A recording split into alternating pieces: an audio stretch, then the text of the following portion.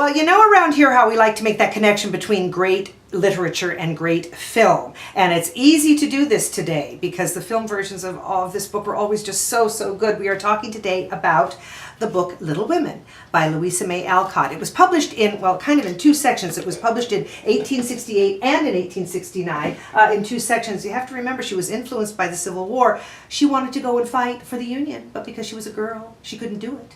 And that kind of empowering of women goes through all of her books. That's what turned Jo March into Jo March in Little Women.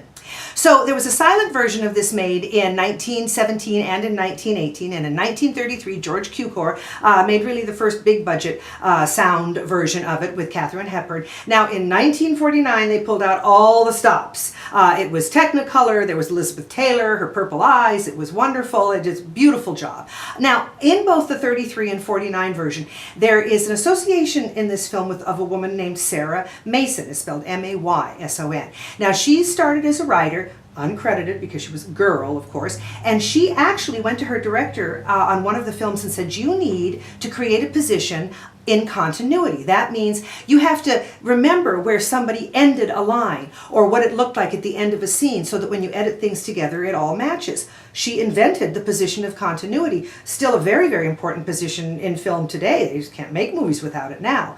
She did eventually get credited screenwriting work on the 1949 version of Little Women. She went on to write a number of films. She gained a great deal of power for a woman in Hollywood at that time. Jo March and Louisa May Alcott would be very proud of her.